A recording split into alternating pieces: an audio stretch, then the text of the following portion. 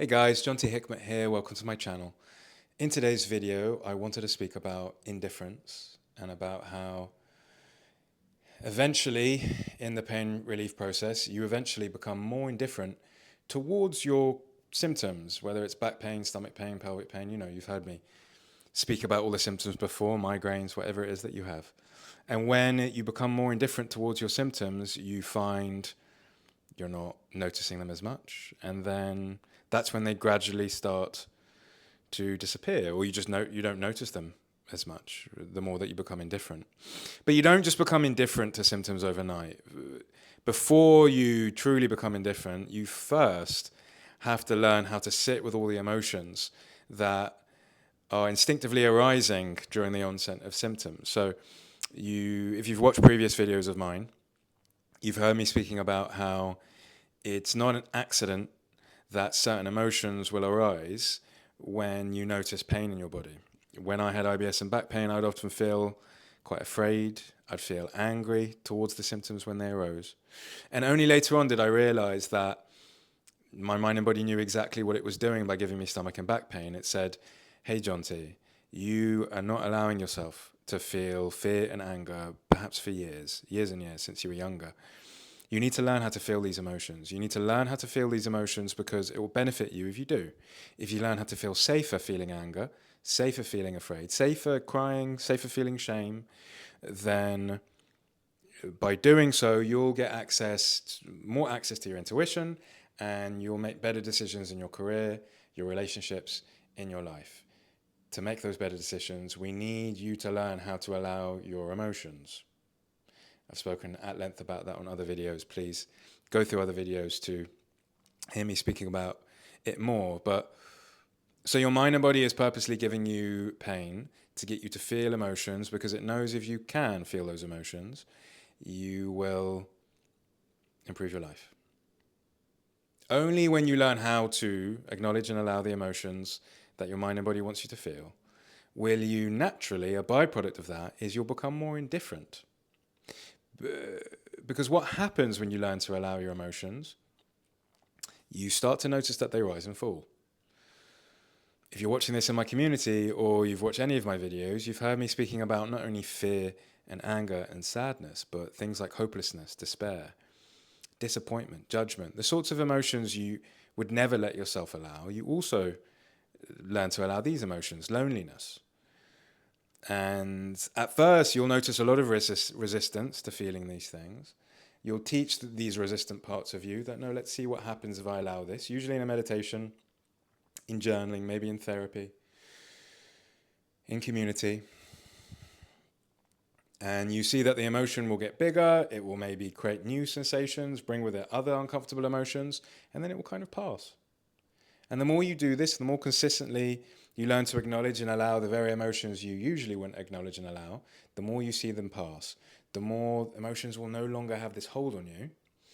And all of a sudden, the onset of pain will come, as it always does, and you'll suddenly find, I'm feeling afraid and angry, but I'm okay to feel afraid and angry. And because I'm kind of indifferent towards this all happening. I'm no longer afraid of my emotions. Because I'm no longer afraid of my emotions, I'm not really so afraid of my symptoms anymore. You get to this place of indifference eventually. I did a video 2 weeks ago, I believe, about my story of IBS.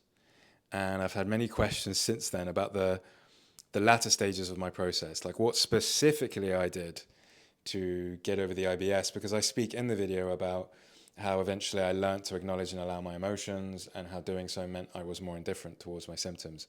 Indifference was one of the major steps that I took later on in the process, where I spoke about how I'd constantly look in the toilet to see if my poos were fully formed and if it was consistent. I just stopped caring. I really got to this place of, I'm not afraid of any emotions arising for me. I'm going to let them be here. And I'm kind of indifferent towards what my stomach does. If I have diarrhea or constipation or whatever, food goes in, it comes out, it's fine. I became indifferent. What's very important to mention about indifference, why it's so hard to kind of fake it at the beginning, is indifference is something that people who are a lot more accepting of uncertainty and the unknown can do quite easily. And usually people that develop chronic pain, they have quite controlling personality traits. They don't like the unknown. They don't like uncertainty. Indifference is a threat to those controlling parts of their personality. How can I be indifferent about it? How can I let, you know, how can I not mind what's going to happen in the next hour or whatever it is? That's a very difficult state of being for someone that likes to be in control to have. So that's why watching this, if you're kind of at the beginning of your pain relief process, if you're still learning how to acknowledge and allow emotions, to try and pretend to be indifferent, to try and just pretend to not care, it's going to be very difficult to those parts of you that really, really do care, that really like to have control. One of the ways, a couple of the ways that I like to have control back in the day, and I mean, these parts of me are still here, they're just not as, let's say, pervasive as they once were. I had to make sure that people always liked me. I had to control my personality so that people always liked me. I had to always make sure that I didn't like my stomach acting up, because I wanted to make sure I was always getting the proper nutrition so that I had energy, so that I was always the best version of myself so people liked me. I liked eating certain foods so that my body could look a certain way, so that I could look perfect, for prospective, romantic mates. So these are the ways I would try and control the way I was eating, control the way I was acting. It was just control, control, control. So to have this indifference, to have I don't care if my stomach acts up, I don't care if I don't look my best tomorrow, I don't care if I have pain in my body, that was very difficult for controlling parts of my personality. So I eventually, as a byproduct of the work that I was doing, learning how to acknowledge and allow emotions in a way where, when you acknowledge and allow emotions, what you're basically doing is you're teaching your system that it's okay not to have control. Because when you truly allow yourself to let anxiety be in the body, or hopelessness be in the body, what you're basically doing is you're throwing the oars out of the boat and you're saying, go on, do what you want. Because you'll find when you learn to allow emotions to be there, it's going to be uncontrollable. It may get bigger. It may move around the body. It may lessen and then come back. When you really allow emotions to be there, what you're doing is surrendering in a way where you're letting go of control. That's very scary at first, particularly for the controlling parts of your personality. But the more that you do it, the more that you see that you're fine. Actually, I'm going to be fine. It's going to work out. Change is inevitable, and the next moment will come. And as a byproduct of doing that work enough, you become indifferent. You learn to trust that being indifferent and surrendering is totally fine. Doesn't matter if you have symptoms. My stomach will be dodgy today, but it's going to be fine tomorrow or the next day. But either way, it doesn't matter. I'm going to be fine. I'm going to giggle. I'm going to laugh. I'm going to get on with it. So indifference is an important step in this process. It's very difficult to fake it at the beginning, because controlling parts of our personality traits aren't so comfortable with letting go of control in the way that indifference needs you to be. So one more thing I want to say about indifference is also something that resilient people do, optimistic people do, because when I say indifference, I don't mean that you're apathetic. I don't mean that you don't care in a way where you're just like, you give up. I don't mean that. You're still getting on with life. You're still enjoying life. You trust your body, your mind and body more for things to always equal out in some way. It's something resilient people do. And it's something that at some point in the process, you also can make a conscious effort to start to affirm to yourself.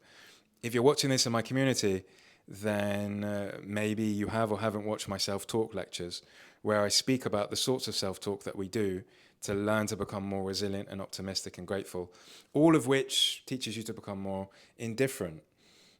The sort of self-talk I teach people is suggestive. You start to suggest to yourself along this process, what have I decided my mind and body is working for me? What have I decided that my body can digest anything?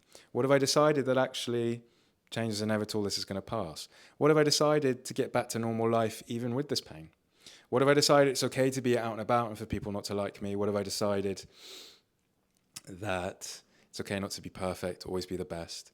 What have I decided? It doesn't matter what happens. What have I decided? That tomorrow is a new day. The next day after that is a new day. This too shall pass.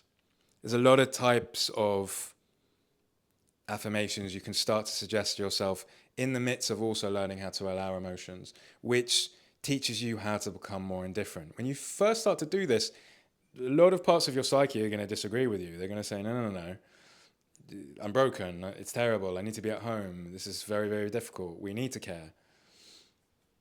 And that's okay. It's okay to, at first, for, parts of you not to agree with you. This isn't something that you learn to do overnight. Like I said right at the beginning, you can't really fake this at the beginning. But the more you just start to decide, this is the person I want to be. I want to be someone that's more indifferent. I want to be someone that's more resilient. And you just start to practice suggesting that to yourself all the time, while you're also doing the acknowledging and allowing of emotions with meditation and journaling, etc. The more you'll find that indifference is just something that you do. So now, in answer to all the people's questions about some of the specifics of what I did to get over my IBS, is I learned to acknowledge and allow the emotions arising for me using the different tools. And I started to suggest and affirm to myself, it's okay that I have these symptoms. I'm going to go and do what I want anyway. I learned to I practiced becoming more indifferent. And as a byproduct of doing a lot of the emotional availability work, I just became more indifferent as well. That's the video. As always, as I always say, I'm sure there's something I've missed out. I'm sure after this I'm going to say, shit, I should have said this as well. But yes, the main takeaway from the video is indifference is something that happens as a natural byproduct of learning to acknowledge and allow emotions, even fear, even hopelessness. It's a byproduct of this because you're teaching your system that it's okay to let go of control. And the more your system trusts letting go of control, the more indifference will arise as a byproduct of that. And you'll find yourself naturally saying, hey, it doesn't matter what happens, I'm going to get through this. I do want to also say that some people struggle to compartmentalize. When people get into this process and they've never acknowledged and allowed emotions before and they suddenly start to do it, they become a bit obsessed with doing so. They become a bit engrossed in doing so, and they can drown in it a bit too much.